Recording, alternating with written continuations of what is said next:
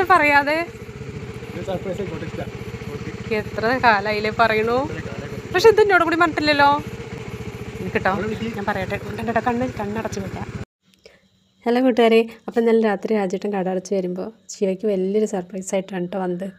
ശിവ കുറേ കാലമായിട്ട് പറയണ ഒരേ ഒരു കാര്യമാണ് സൈക്കിൾ മേടിക്കണമെന്ന്. അങ്ങനെ പറഞ്ഞ് മടുത്തിട്ടാവണം ഈ 2 ദിവസമായിട്ട് അവൾ സൈക്കിളിനെ പറ്റി ഒന്നും പറയാറില്ല. ആ സമയത്താണ് കേട്ടോ രാജേട്ടൻ സർപ്രൈസായിട്ട് ഇപ്പോൾ സൈക്കിൾ കൊണ്ടുണ്ടാകും. അപ്പോൾ അവൾക്ക് ശരിക്കും സന്തോഷമായിട്ടോ.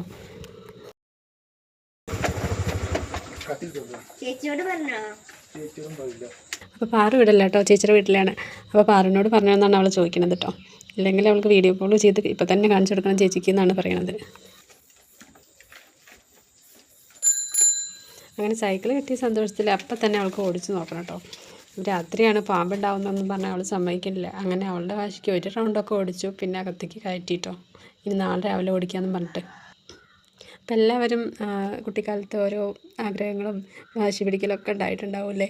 ഞാൻ ശിവയുടെ ഈ ഒരു പ്രായത്തിലൊക്കെ ഞാൻ മോഹിച്ചത് നല്ലൊരു ഷൂ ഇടാനാണ് കേട്ടോ. ഷൂ ഇടുക എന്ന് പറഞ്ഞാൽ ഭയങ്കര ഒരു ഇഷ്ടമായിരുന്നു. അപ്പോൾ എപ്പോഴും എനിക്ക് ചെരുപ്പാണ് വാങ്ങിത്തരിക. ഷൂ ഇടാൻ നല്ല മോഹമായിരുന്നു കേട്ടോ.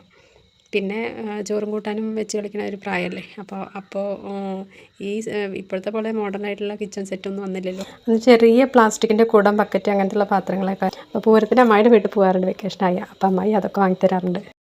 അപ്പോൾ നിങ്ങളുടെ കുട്ടിക്കാലത്ത് നിങ്ങൾ എന്ത് വാങ്ങിക്കാനാണ് ആഗ്രഹിച്ചിട്ടുണ്ടായിരുന്നത് എന്ന് കമൻറ്റ് ചെയ്യണേ.